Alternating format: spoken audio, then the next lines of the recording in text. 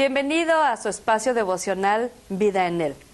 Qué bueno que nos volvemos a encontrar y juntos podemos extraer algunas verdades especiales para nuestra vida de la preciosa palabra de Dios. Continuando con el hermoso libro de Job, ya estamos en el capítulo 35 y vamos a leer en esta hora versículos del 1 al 16. Vamos a meditar y a extraer, a reflexionar. Tómese un tiempecito para afinar su oído y decirle al Señor, háblame, porque yo te quiero escuchar. ¿Qué le parece? Vamos a la lectura y volvemos. Encontramos aquí en este relato que continúa Eliú su discurso.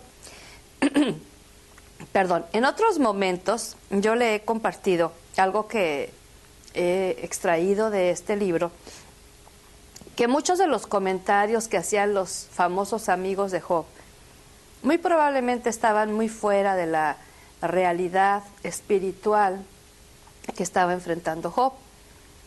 Y en ocasiones vemos como que hablan muy a la ligera, otras ocasiones vemos que dicen cosas sabias, y ahí es donde tenemos que tener un buen uso del discernimiento espiritual. ¿Qué tanto el Señor en la Escritura permite que la persona se exprese de su corazón, así simple y sencillamente, y qué tanto de lo que puede decir es inspiración de Dios? Eso nos toca a ti y a mí como hijos de Dios, el aprender a discernir y a rescatar aquello que Dios nos está mostrando. En este caso, Eliú, que es ese joven, por así llamarlo, que llega al final de este relato, encuentro algunas verdades que se me hicieron muy interesantes. Por ejemplo, ahí en el verso 2 le dice, ¿te crees más justo que Dios? Y hemos visto que Job fue probado por justo, no por pecador. Y claro que en él no había ese orgullo, esa soberbia de que yo soy mejor que otros, no. Pero nos hace bien a ti y a mí pensar en esto. Cuando hablamos de injusticia, de alguna situación que vivimos, ay, no es justo. ¿Quiénes somos para nosotros determinar lo que es justo o lo que no? A veces queremos jugar el papel de Dios, sentarnos en su trono y emitir juicio. Entonces la pregunta, ¿te crees más justo que Dios? Debería de ser, no, al contrario. Creo en un Dios justo y que establece justicia eterna. En segundo lugar, verso 3, otra pregunta. ¿Qué provecho saca el inocente o el pecador? Entonces vemos que otra reflexión es, ¿qué provecho hay en cuando yo fallo, cuando yo afecto a otros? Yo no tengo ningún provecho. Claro que hay gente que se aprovecha de otros, pero no es un buen provecho, es un mal provecho. Y en este caso vemos que lo que hagamos, mis amados, nos va a afectar, sea bueno o sea malo. Siempre va a haber una forma en que nos puede llegar a afectar esta situación. En tercer lugar, yo encuentro ahí en el verso 6 algo que también emerge de ahí, de esa escritura, y dice, si haces lo malo, en nada afectas a Dios. Dios es santo, ¿sí? Y hagamos lo que hagamos, la esencia de su presencia, de su persona, queda completamente intacta. Cuando nosotros obramos mal, en primer lugar, nosotros somos los afectados, y claro que se va a afectar nuestra relación con Dios. Pero Él sigue siendo Dios. En el verso 6, en la segunda parte, dice, si aumentas tus pecados, tampoco le afectan.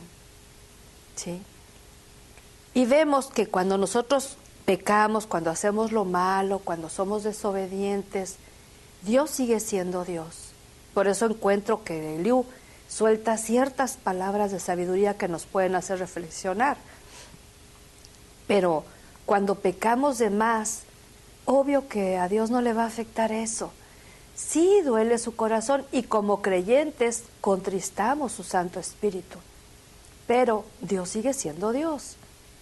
Dios sigue siendo santo, Dios sigue siendo perfecto, Dios sigue siendo puro y nosotros vivimos la consecuencia de haber fallado y de haber equivocado.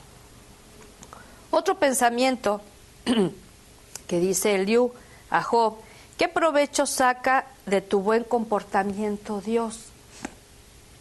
Y lo mismo, en este caso estábamos hablando del pecado, pero ahora estamos hablando de las buenas obras, de aquello para lo cual fuimos diseñados, por cierto, para hacer buenas obras. Pero aunque hagamos así cosas maravillosas, cosas grandiosas, cosas perfectas, eso definitivamente Dios no saca provecho de eso, ¿sí? Dios está en su trono, inmutable, Él no cambia. Algo que me impacta mucho del amor revelado de Dios a mi persona es que el amor de Dios siempre permanece. Él no es temperamental o emocional como nosotros, que un día nos ama y otro día nos aborrece. No, Él siempre nos ama, pero nosotros nos perdemos de la expresión de ese amor precisamente cuando hacemos lo malo.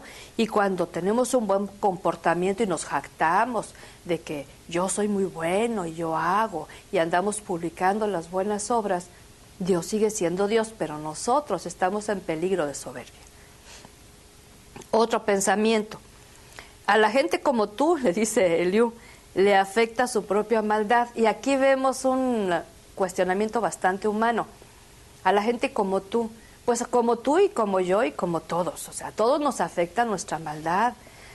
Hay gente que llega a decir: ah, es mi vida y a nadie le afecta lo que yo hago. Claro que sí, afecta a otros, aunque no quieras, sí afecta, pero en especial nos afecta en forma personal. Vemos ahí que sale de vez en cuando ese tipo de acusación en contra de Job, y no es la idea de parte de Dios de hablarle de esta manera. Un poco más adelante vemos ahí en el verso 10, dice: no hay quien pregunte por Dios, ¿sí? No hay quien pregunte por Dios. Muy probablemente el entorno de Eliú era de gente incrédula, porque yo creo que sí hay quien pregunta por Dios. Cada día podemos encontrarnos a personas que están en esa búsqueda y que Dios las pone en nuestro camino precisamente para esto, ¿no? Y dice que durante la noche el Señor da ánimo a nuestro corazón. Yo creo que por eso es muy bueno que podamos descansar en la noche después de haber puesto nuestra vida en las manos del Señor, porque sin duda alguna que nos levantamos con esas nuevas fuerzas. Al final, tú dices que no puedes ver a Dios. Ah, esto como me gustó, esto me gustó mucho. Tú dices que no puedes ver a Dios, pero ten paciencia, que tu causa está en sus manos. Esa es palabra de sabiduría.